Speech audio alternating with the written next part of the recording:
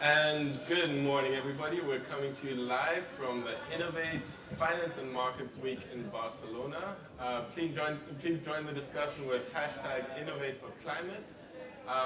We're going live on our Connect for Climate Facebook page. And to start us off this morning, I've got the great pleasure to introduce Wayne Sharpe. Wayne Sharpe is the chairman and CEO of the Carbon Trade Exchange, as well as a few other companies which he'll tell us more about. Then I've also got Niclas Svenningsen. He's a manager for strategy and relationships management at the UNFCCC. Thank you so very much for being with us. Pleasure. So to just get us going, Wayne, can you tell us a little bit more about the Carbon Trade Exchange and exactly how it fits within your multiple structures? Sure. Well, Carbon Trade Exchange, we developed it about 10 years ago as a business tool to allow the global purchase of offsets 24/7 out of every different type of credit standard. What we identified is in the over-the-counter market, there's a problem with people having to go through multiple brokers and so forth in order to build a portfolio, which every corporate or company would want to do. They're not going to buy one type of product from one place. They're going to want to buy different project types and different credit standards. And so I had previously developed and started a company in 1991 called Barcard, which is a global business-to-business exchange, and I took those technology concepts and trading solutions and brought it into the environmental sector because I could see that there was a big gap between the financial and business community and the people on the ground who are actually doing the work to help solve climate change. Whether it be renewable energy projects or even if they're running around hugging trees or whatever they're doing, the two really don't communicate that well. So I figured that we had an opportunity with the modern technology and the internet to be able to bring those two worlds together so they could converse electronically with systems rather than having to actually try and have a conversation, which is not always easy to have. And then Sven, maybe you can explain what exactly is a carbon credit and what is being traded here through a platform such as Wayne's. Yeah, right. Well, a carbon credit or an offset or emission reduction, there are different names for this, is basically a unit that is representing action to reduce emissions. And in UNFCCC context, we're right now running a mechanism called Clean Development Mechanism that has some 8,000 projects in developing countries all over the world, which are needing this kind of investments to achieve emission reductions, which will generate the offsets. So when you buy an offset or you buy an emission reduction, you're actually making an investment in emission reduction projects in developing countries. Okay. So this is to vary away, sorry to interrupt, this is to vary away from the business as usual process. So for example, in a developing nation, instead of following the well-worn path to fossil fuel generation, for example, for energy, this is an opportunity for renewable energy to get a financial subsidy, if you like, by virtue of the fact that they're doing something good for the planet.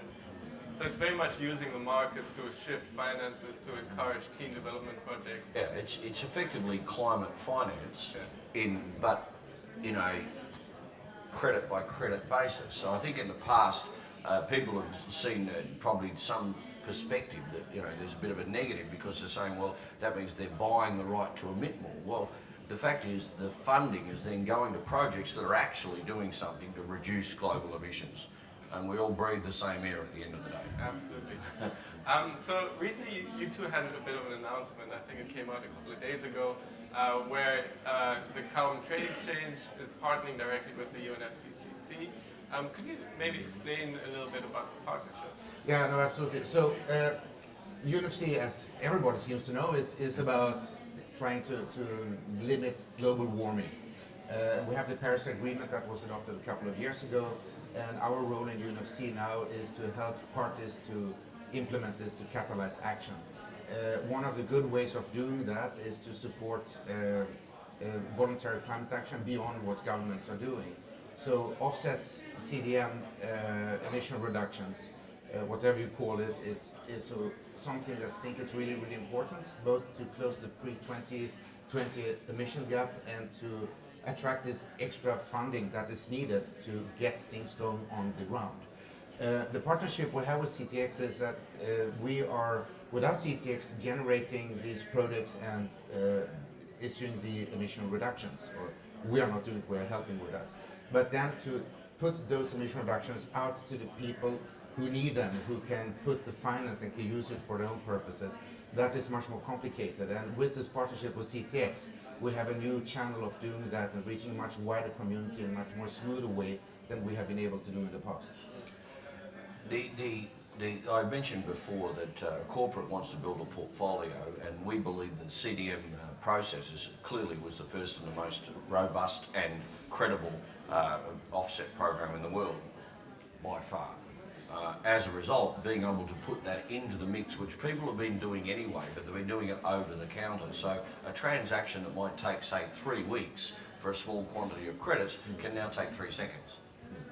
So from a buy-side client, we're able to, there's a lot of back office work that went into that, and a lot of technology that went into delivering something where they can buy online instantaneously and choose what they want, including into that basket or portfolio, the Clean Development Mechanism CERs, or Certified Emission Reductions as they're called. Now, the certification comes directly from the UN, so this is a very important stamp of approval on the credibility of those credits. But you've got to remember that every company in the world should be taking action. In case you're not, do it now. So, and the reality is they should all be taking action. There's no excuse. I mean, it's a fraction of a percent of their profits that they would have to invest in order to make themselves zero for their emission footprint on the planet. This is not a lot of money, so there is no excuse. CEOs of companies must take charge. They must get their supply chain engaged. We provide the tool to make that easy to do and cost effective to do, right? In our system, it costs them nothing to join and 0 fees to trade. So whatever the cost of the credits that they see on the exchange, that's all they pay. That's amazing. They're running out of excuses now, right? So that's really the example of the kind of innovation that we're talking about at this conference today, to really facilitate that climate finance, to enhance the technological flow and invest in projects that are actually leading to a low carbon resilient future. If we make it easy to do, we believe more companies can and should do it, right? And you know, the next people we'll be talking to will be the CEOs of corporations, and they can justify to the market, all the people out there and their stakeholders and shareholders, why are they not taking action if it's easy to do and cost effective? And at the end of the day, most of them, once they start doing it, they price carbon within their business. That allows them to then get direct reductions. Usually those reductions of actual costs will be 3 to 5 times what they invested in offsetting their emissions in the first place. Because now what gets measured in business gets made. We know that. So, Niclas, the interesting aspect here is also that the private sector is becoming such an important player. And so the UNFCCC works with parties, so that's countries, right? Could you maybe highlight a little bit of the role of the private sector getting involved more in the climate action agenda? Yeah, no, absolutely. I think this is absolutely essential. The Paris Agreement was an agreement, or is an agreement between countries and governments. But it's very clear that the national determined contribution, the climate action plans that each country now is evolving and developing, also requires private sector action. This is going to be forced on the private sector, but the forerunners, the innovators, the people that are the winners of tomorrow, they're taking action already today. There is something called the Marrakesh Partnership for Global Climate Action, which is a big new coalition that is trying to connect policy with private sector action, and that is also underpinning this, and we're going to see much more of that in the future. But in the meantime, and also far into the future, this kind of work where you measure your footprint, you reduce it as much as possible, and you offset what you cannot reduce, is something that everybody can do now. In our case, we like to look at the other way. Measure, offset, then reduce, because once you've offset, you've priced carbon in the business. And this is, I mean, and I've run more than one global company in my life, so there's no excuse for anyone in the corporate world not to take action. There's only, and unfortunately in the government sectors, it's become a political football to some degree. Well, business doesn't have to wait for policy to tell them what to do. You know, if the CEO says you've got to wear suit and tie to work, that's what you're going to wear to work. If he says you're going to wear a black t-shirt, that's what you'll wear, right? He makes a decision of how that business operates. He should take charge of this decision as well. And at the end of the day, everyone who does take action should and will be rightly rewarded by the recognition they get from having done so early as an early adopter. This is the first relationship of its kind for the UNFCCC, and we're very proud to be the first, I can tell you. We're very happy to have you as a person. No, fantastic, and that's really the excitement now. You know, we're in a time where the private sector is getting really engaged. We've got lots of companies that are committing to 100% renewable energy. They're committing to a low carbon future. So looking ahead, you know, what do you envision for your partnership for the carbon market and for international climate finance towards clean projects? Well, I think to some degree we are shifting the narrative to some degree away from the offsetting to the climate financing narrative, because that's really what this is all about. The whole process of the CDM was set up for exactly that reason. The reality is it doesn't have to be restricted only to developing nations. The difference is that those developing nations are the ones that are going to otherwise follow the footsteps of the fossil fuel sector, who has, you know, vast amounts of money and are the instigators of the problem, unwittingly and originally, but now they know they're part of the problem, and many of them want this solution as well. So they want to see that transition, and you can bet that the big fossil fuel and energy companies are the ones that are going to lead the charge into renewables as soon as the finance model starts to really kick in. And this is the reality of the world we face. You know, money has to change hands. We want to make it easy. We bring the two parties together.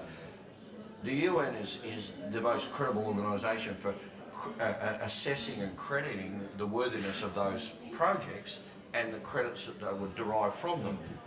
But the reality is they're not in the business of sales and marketing like we are. I hope that's a fair description. That's true. Yeah, and I also believe we are going to see more and more climate action in the private sector. It's very clear that they will be forced to do it eventually, so it's better to do it now. And climate action also is not only about the climate, it's also about sustainable development.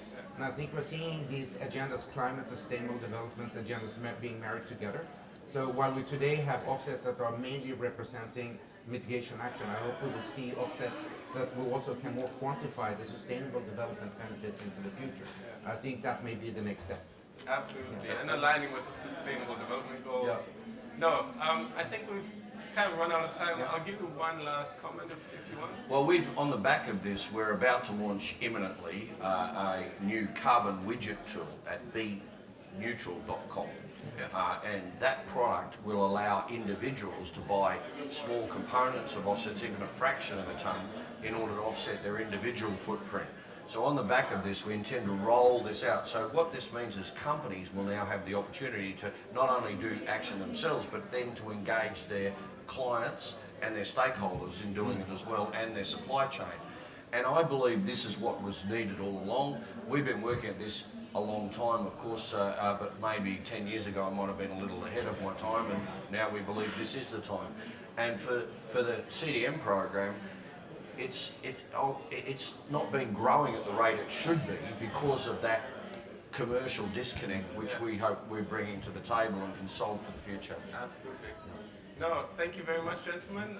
So you've heard it from Niclas and Wayne, an innovative partnership that's putting out an innovative solution to enhance climate finance, to really ramp up climate action. Thank you so much for your insights, and join us live on Facebook at Connect for Climate and engage in the discussion with #InnovateForClimate. Thank you very much. Thank you, sir. That was good.